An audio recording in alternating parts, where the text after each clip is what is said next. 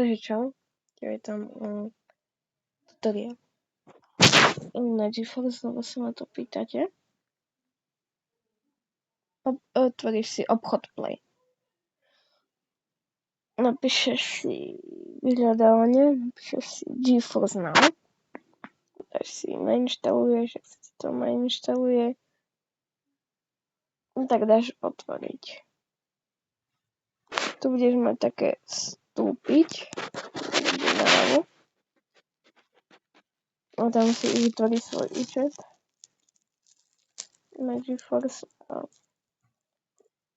Potom, jak to máš, som napríklad farming, vyhľadáš tú danú hru, čo chceš. Príklad 19 by som si dal. No, 15. Dáš si,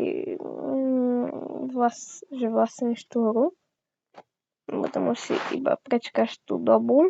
Dáš si hrať, prečkáš si tu tak 10 minút. Keď sa ti hra načíta, potom už môžeš normálne hrať, len sa musíš prihlásiť na svoj Epic účet, nič ti to ani neukradne, ani nič.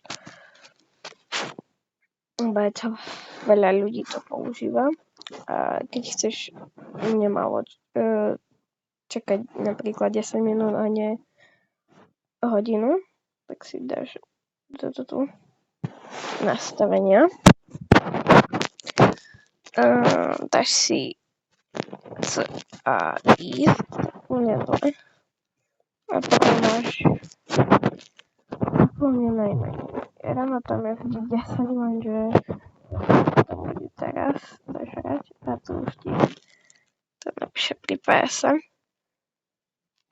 Potom ešte to hľadajú sa len na počítačom, teraz to je písané, ale ráno tak je napríklad 10 alebo 5.